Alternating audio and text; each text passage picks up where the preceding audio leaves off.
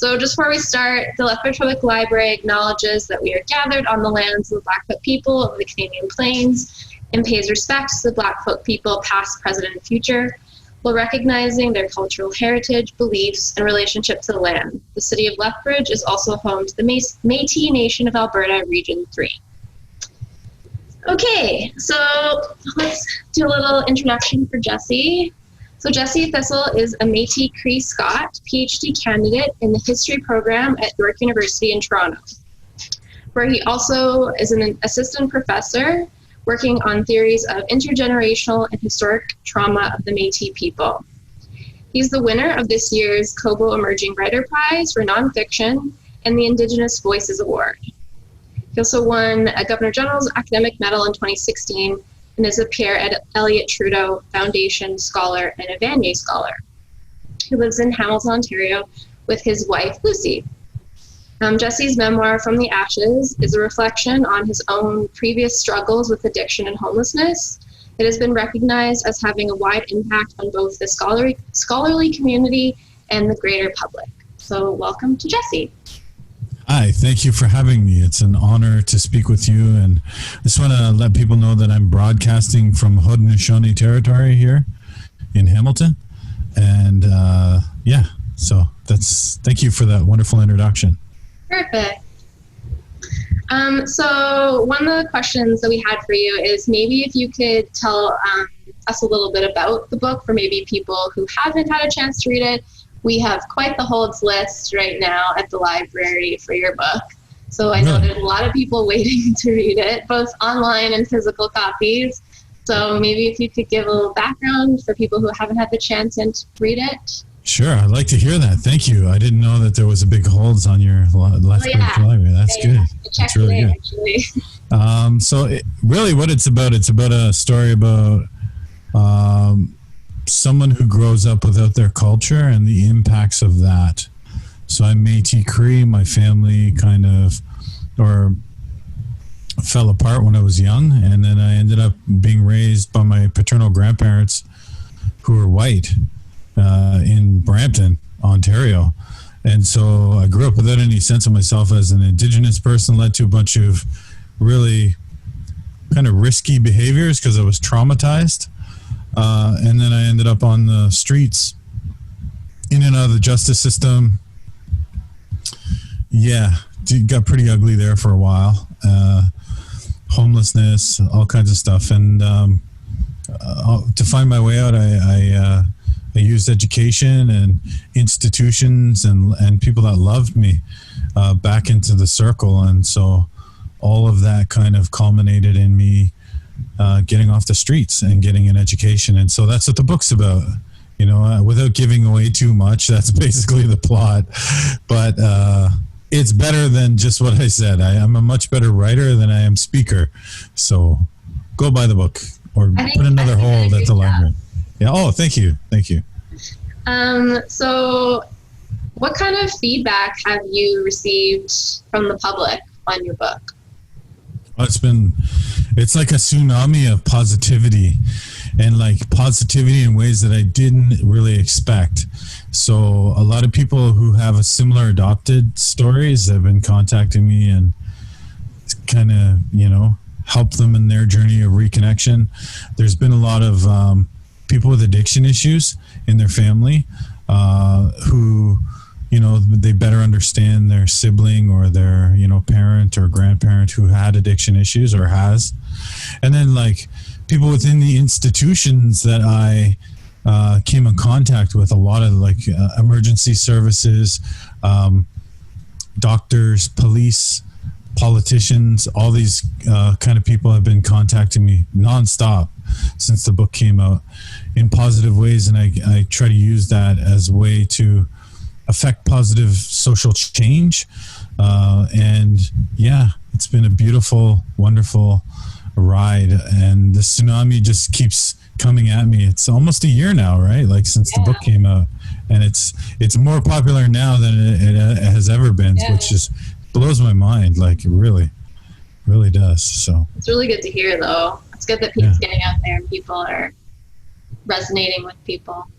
Yeah, and I think if they just get by that hurdle, like it's an Indigenous book, it's about that, right? It's very specific, but there's like universals in it, like love and recovery and forgiveness, and all these things are, you know, in everyone's lives. And family, it's about family and reconnection. And so, yeah, if they can just get over that hurdle, that Métis hurdle, and just pick the book up, I'm sure they'll connect with it in some way.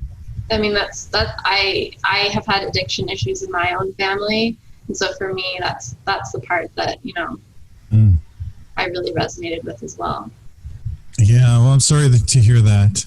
I hope your family member or members are better, and it's a long haul. I'm on the other side of it with my brother now, and so it's harder to be on the side that's giving the help than it is to be the addict suffering.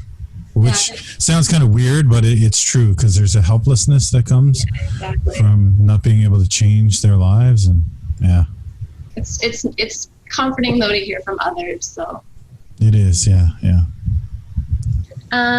So From the Ashes obviously is a very personal story and explores a lot of the relationship that you have with your family. How have they reacted to the book? So generally everybody loved it.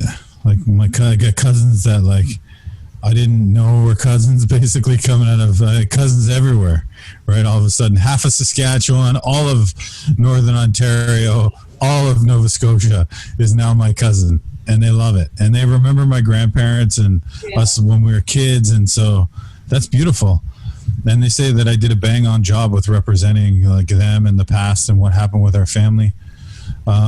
My brother Josh really loves the book. He took it to his therapist to talk about a lot of the early stuff that me and my brothers went through that he couldn't talk about with his therapist. And so he's actually healing through my words, you know, which is incredible. Like, for me, that's the best application of my work, you know. Ultimately, I'm trying to better the lives of my family. My Aunt Sherry is not happy with the book. She thinks that I misrepresented my grandfather. But, like, look at it from my perspective. So my grandfather was a disciplinarian. He's old school. He hit us. He believed in the rod and work. Those are what he believed in. And that's what he believed in for boys. And boys back in his day in Nova Scotia in the 1930s, they didn't get affection. You got work. And that's what it was. And so that's the way he was with us, me and my uncles and my brothers. And they all loved the depiction that you were actually kind to the old man, right? He was worse than that, right? Yeah. But then to my Aunt Sherry, because she's a girl and she was his only daughter, and he saw women in a completely different light because he's from the Victorian era. Mm-hmm. And it was all about like being a gentleman and all that, and he spoiled her and he gave her everything she wanted, and so she thinks he's an angel. Mm-hmm. She never saw that side of him that we did, and so she's have a difference of opinion just basically because of perspective, which happens when you write a memoir. Certain family members will not agree, and then my brother Jerry and me we're estranged right now because he sees a lot of the success as fraudulent. Actually, he's like, you know, I remember you for who you actually are. You're that criminal crackhead who used to steal and lie from my friends and run away when the rent was due. And I don't believe this person that you are now. But really, his resentment towards me is tied more to sibling rivalry and the person that I was a long time ago. And I can never change that. And I've like worked with my therapist and try to figure out why he's like that, and it's just going to take time, and maybe he will never change, and he will always be resentful, and I have to accept that, you know. And so I tried my best to represent what we collectively went through, but he's not happy, and that's just the way it is. And you know, I miss my brother a lot too. I tried to make him into a hero, you know, and he is, but yeah, that's too bad. Yeah, it is what it is, right? Yeah. Family though sometimes, right? Yeah. I think we just need to get into a good fist fight, you know, and punch each other out, and just afterwards I'll buy him a beer and maybe he can buy me a hamburger and we'll be brothers again. Yeah. You know? Sounds like a good plan. Yeah. So what made you decide to want to write this and to share your story? I didn't want to write it. I was asked to write my book by Simon and Schuster after an article about my academic success came out. So they approached me, and her name is Adria. She's the PR person that runs that department, public relations, and she just contacted me out of the blue and asked me to come down and talk to her. And so that's how it all started. And I had written things about my life in my AA steps, but they're mainly for me. And so, yeah, that's how it all happened. And I'm glad it's having a positive effect on people. But I never I never intended to write I'm still trying to get my dissertation. I'm an academic, right? And so I got that life that I was trying to do before the book came to me. And yeah. Did you find it therapeutic to write it down, or were there points that you were just I don't want to write about it anymore? No, it just flowed out of me, actually. It just happened so naturally. Literally, my editor said I'm one of the fastest, if not the fastest writer she's ever worked with. It only took us really 3 months to write the book. Oh, wow. So I locked myself in my room in August 2017, and by November it was completed. Wow. And literally a story a day would be done. Yeah. Well, when it's supposed to be, I just had to kind of get out of the way of the words, if that makes sense. Yeah. And then it just flowed. And when I started to edit it and change the context of what I was writing about, I lost that stream of consciousness. So I would walk away, or I would send that to Lori. And that was the process the whole way through, until one day she just said, "We got enough for a book, Jess. This is it. You're good." And so, yeah, that was the process, and it's pretty easy. It came out of me. And I wouldn't say it was therapeutic, though. No. Portions of it might have been writing about some of the most traumatic stuff, like the assault in the club that happened when I was in my 20s, or the murder trial, figuring that stuff out and telling my side of the story for the first time in 20 years. So that was good. But then there was other stuff that was just too really, really difficult, actually. Early childhood stuff was hard with my dad, simply because that's what forged my soul, right? Made me into the future thief that I would become. And also, oddly enough, the hearts that I broke, that was really hard to face. That running away on Karen and breaking her heart the way that I did. I was just an asshole. I was a young 20-something asshole, afraid of love, and my solution was to sabotage it and run away like a coward. And so I had to face that, and I did that repeatedly throughout my life, so I'm no hero. That's for sure. So in your book, you write about, "My words belong to me. They're the only thing that I had that were mine, and I didn't trust anyone to share them." Was that in you telling your story? Is that why you wanted to have that control over the words that you were creating?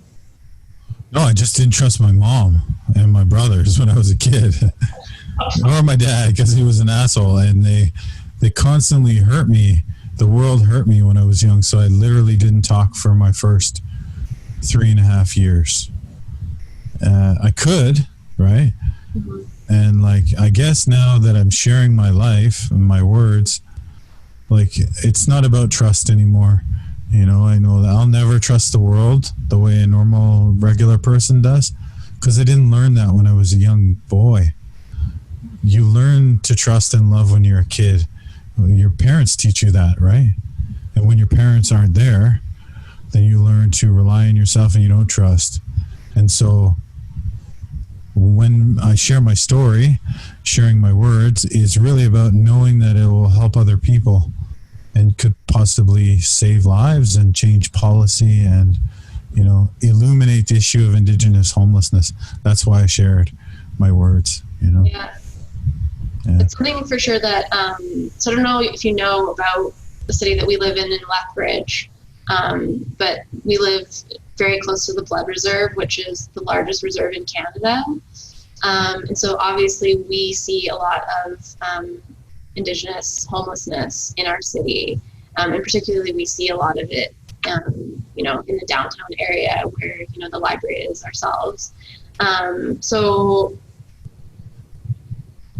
given what we are, given what, like, your knowledge of that and, like what we see here, like, what are some, what could we do to better support those individuals that we see in our society? Because, I often feel helpless because I want to do more to help, but I don't know what I can do to make it better. I think volunteering is a good place to start that we all can do. So pick an organization that works in those areas and just donate some of your time. Go down there, and beyond that, I guess, get to know the people that are in the streets. Ask them their name. And they all have stories like I do. Yeah. Probably better stories, probably more dramatic, probably more loving, more forgiving. They just haven't had the chance to tell their stories, right? And so sometimes what it takes is just for someone to listen and care. I know that sounds really cliche, but there are multiple moments in my life where the kindness of strangers literally saved my life. And so, yeah, I always have. And if they ask you for money, I'd give it. If they're asking for a little cash, $5, $10, $20, give it. They might hopefully they'll buy some alcohol or some weed and relax their mind, and because that's what everybody else does with their $20 anyway. So, we shouldn't be judging them. Yeah. They just do it outside where people can see them doing it, where, people go to work, come home, have a glass of wine, and it's normal because they're indoors, right? And so those are the things that I always recommend people do. Give money, get to know them, find out their stories. And if you have a chance to volunteer in homelessness or something around like the food banks or something like that. Yeah, no, I definitely agree. I find that if I greet people in the morning as they come in by just knowing their first name, it makes all the difference. It does. It really does. Yeah. Yeah. So one interesting thing that I noticed throughout the book was that you included some poems throughout the book. Could you tell us more about those? Were they something you wrote while you were putting it together? Were they something you had put together before you started writing? Many of the poems are actually the oldest parts of the book. Yeah. Some of them were poems that I wrote to Lucy when I was in rehab/jail. So the rehab was a minimum security place in Ottawa. And she's this beautiful girl. And like she was interested. And so I didn't have much back in those days, All I had really were my words. And so I started sending her poems. Hopefully that I was trying to convince her to sleep with me because I was in jail, and that's what guys in jail do when women show, or rehab. And so some of those poems are from that time period, right? Okay. And I just continued like that and thought about my life and wrote about different times in my life and expressed them through poetry, and I just always did that. And so, but a lot of them didn't fit with the book, right? So the book is very like present. Mm-hmm. It uses like you're present in the moment. It's almost like you're watching my life, and I'm not really doing much reflection or exposition. I'm just plopping you in the moment and say, make up your mind about this. But the poems themselves, a lot of them are very reflexive. They actually show you what I'm thinking and what I'm feeling and how I felt about certain things that happened in my life.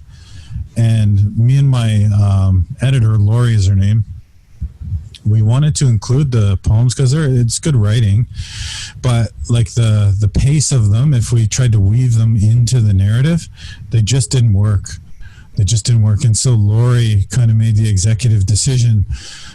She told me, you're actually talking about like the same thing in this moment as you are in this poem. So why don't we just like use it as kind of like a mini epilogue for each time, you know, something like this appears. And so we did that throughout, and apparently people love the poems and they really illuminate and give like emotion to the book in a way that the narration really just doesn't do. And so, yeah, that's the story of the poems, why they appear the way they do and how old they are. Oh, interesting. Yeah. Really interesting. So big question. How does it feel to be a contender for Canada Read? How does it feel? How does it feel? It feels big good. I feel real good. You know, I hope I win. I don't know if I will. And that's okay. You know, just the fact that people are reading my book is cool with me. You know, and like if I win Canada Reads and I go to that next level, you know, if it's like Super Mario and I take the mushroom and I grow, I become like a next level author or something. I don't know what's going to happen. So we'll see. You know, I'm not going to watch it though. I can't. Don't know. I'm so scared. Yeah. Like they're brutal sometimes, and they're just, I don't want to hear them trash my work or my life, because this is what I live. This is not just some story, right? This is my life. So yeah, that's like, I think that's a little unfair of them to do, actually. Pit my book up against fiction, because I think you can make fiction a lot more interesting because you don't have the constraints of reality. You can just write about whatever you want, right? So it can be more exciting. That's what I think, but I don't know. Fingers crossed, toes crossed, everything crossed. Yeah, for sure. I think you have a good chance. You think so? Yeah. I hope.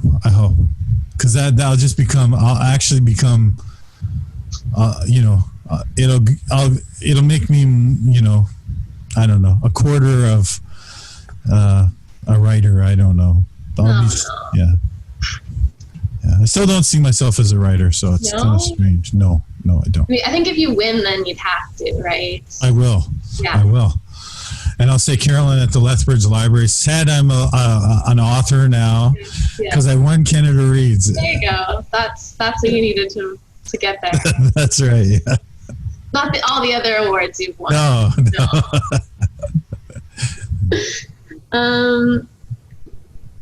So how has, you know, your education made the difference in your life?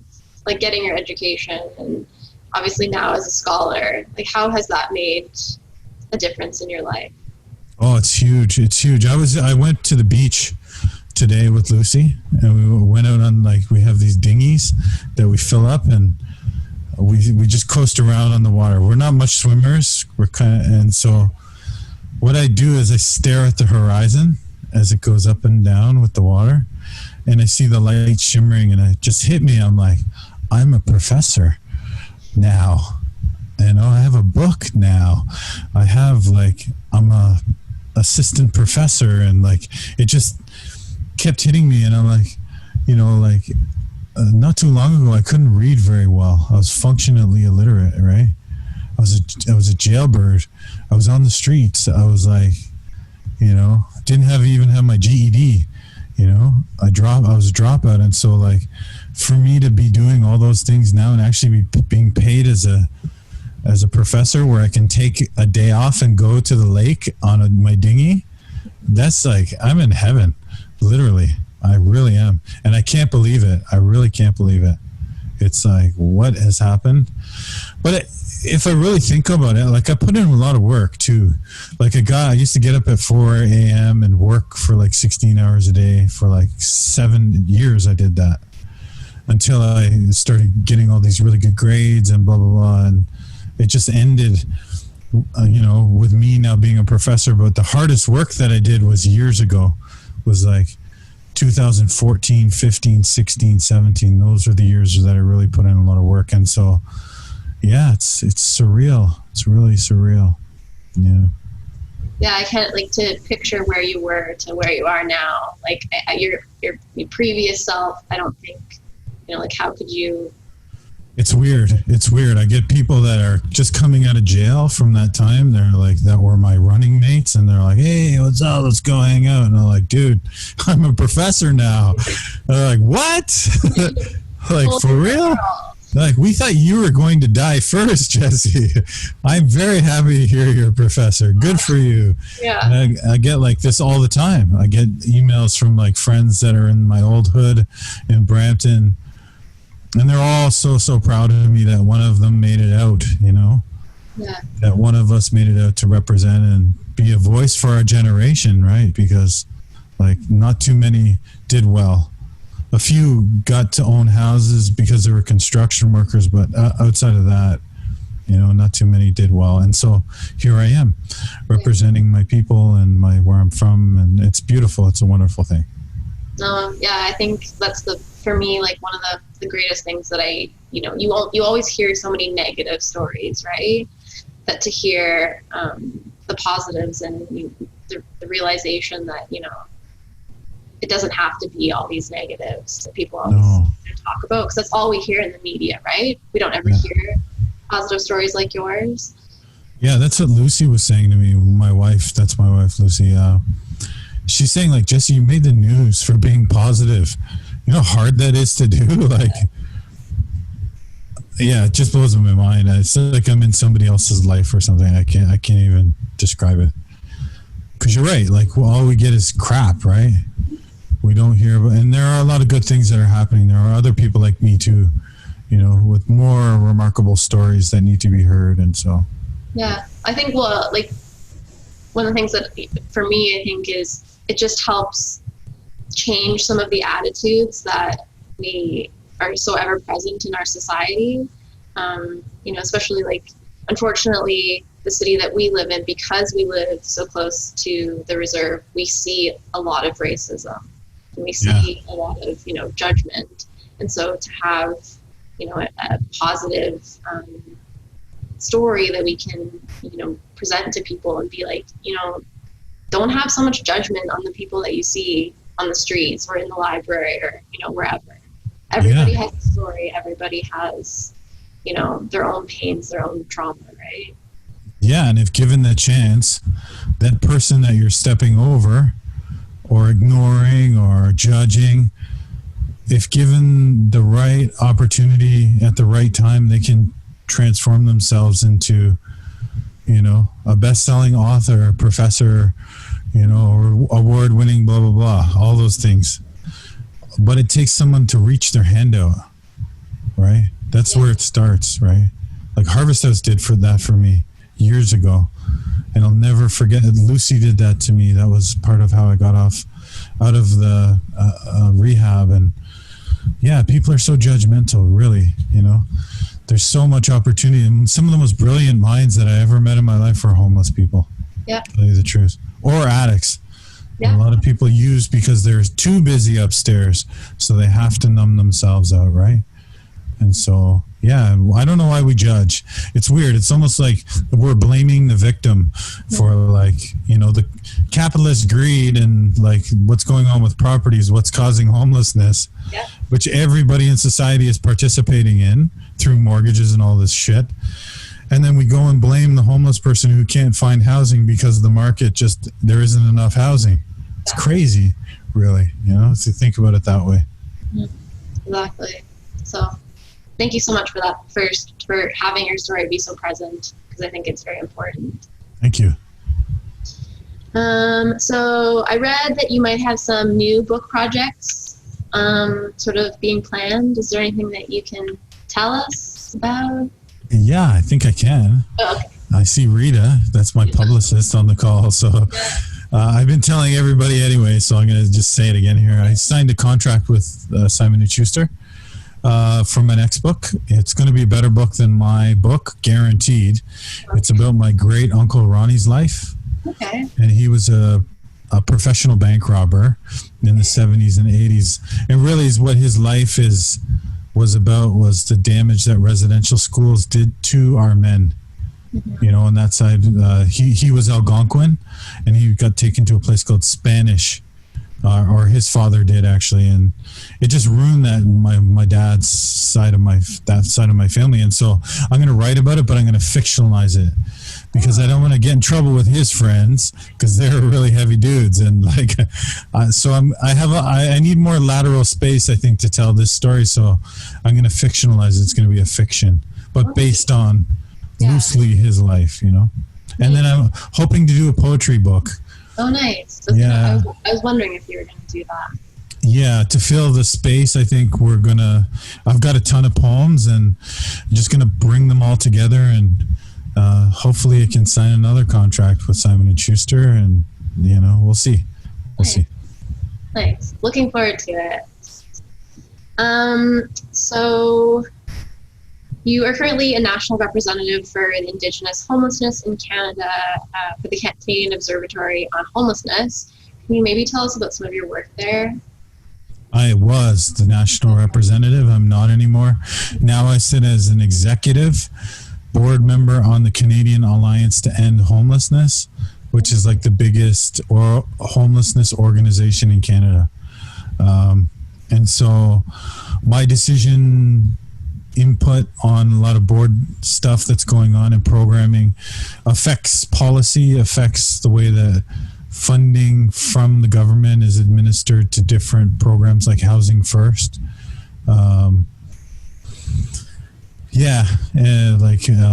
It's making the shift, all kinds of stuff like this. So these are programs that help people off the streets. Now, the work that I did at the COH, I wrote the definition of Indigenous homelessness when I was the national representative, which is probably the most impactful thing that I've ever done in my life. So I took my lived experience and I went around and I talked to different people that study Indigenous homelessness or who have been homeless themselves. And we wrote this thing called the definition of Indigenous homelessness that articulated Indigenous homelessness as like a disconnection from healthy relationships through colonial interruption. And we looked at different studies in like New Zealand, the US, Australia, where they had similar understandings of Indigenous homelessness. And then we wrote this definition that's gone on to transform the homelessness sector in Canada, not just for Indigenous people, because that like disconnection from relationships, a theory is now being applied to different areas of homelessness that are not necessarily about Indigenous homelessness. So elder homelessness, veterans homelessness, women's homelessness, all these different areas have been affected. And that's like, you know, the best thing that someone who's a scholar can wish for, because usually as a scholar you write one paper and maybe 10 people will read it and then it's on to the next, right? But this has actually changed things and a lot of people have read it, and so I'm very proud of that. Nice. Okay, so I think maybe we have one more question. So, you know, in reading your book, but also what's happening in, you know, our society right now, what do you think are some steps that people could be taking to try to, you know, deal with the systemic racism that we see in Canada, particularly, you know, for Indigenous people? That's a good question. I've been getting asked this a lot. If you look at page 270 in my book, you'll see an incident where I had my arm broken and my throat broken by a conflict with police. I could have very easily ended up dead there, right?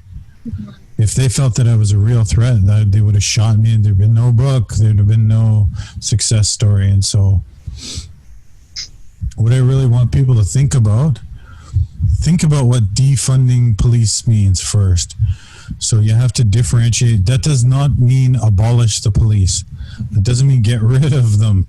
That means put money that you're paying the police into different institutions that can do the job better.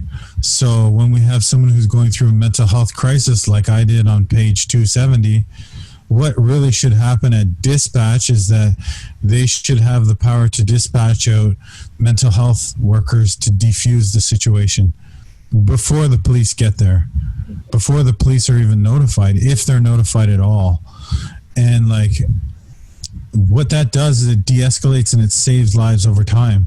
And there are examples in like London. That's what they do. London, England, they have this already, and it's saved lives and ended incidences of police brutality. And so we have examples, right? Beyond that, I want people also to understand that once, a long time ago, policing and ambulatory care was wedded together. The police were the ambulance, right? And a long time ago, they got the idea to defund the police and create paramedics. And this is going off stuff that my wife Lucy read and we were talking about the other day. And so this has happened before historically, where we've looked at the police and say, are they really doing the best job possible? Or should we break up what they're doing and really create 2 or 3 different institutions that have kind of response times that can de-escalate, that can help people with mental health, instead of, sending the police to do a job that a doctor or a psychologist really should be doing, or a social worker, right? And the reason we do that is because it's easiest and it's cheapest, but it's costing lives. It's costing the lives of brown and black people. Right. And that's a fact. And so to get rid of that racism, we need to start thinking of creative solutions to de-escalate these situations where people are dying. And like I said, we need to look to places like London that have already proactively been doing this for a few years to lead us forward. And I think if we do that in an honest way and over time, we'll see a dramatic decrease in these kind of incidences. Perfect. Well, thank you so much for being with us today. We really appreciate it. Oh, yeah. Thanks for having me. It's been wonderful. Yeah, we really appreciate it. I really enjoyed your book. So I'm sure more and more people will pick it up, and I for sure think you will win Canada Reads. Thank you. And I'm sorry that I'm so red. I'm usually not this red. Give me like 4 hours and it would have been a golden brown. It would have been a much better film for you. So just letting you know. I'm a little bit jealous though, because it's so cold here. So I know. It's like, sometimes I wish we could switch. We're in the middle of a heat wave here and it's, oh my God, we don't have air conditioning. So that's why we're at the beach. It's so bad. Yeah, I remember that well. Yeah. I often tell people here, sometimes I couldn't put my pants on in the morning because it was so humid with no air conditioning. Yeah, because Calgary is a dry environment usually, right? Yeah, it's super dry here. Yeah. So they don't know the pain. They're going to have to move here. They do not know the pain of humidity. Right. Thank you so much, Jesse. Well, thank you very much, Carolyn. It's been wonderful talking with you. You as well. Thank you. Thanks. Bye.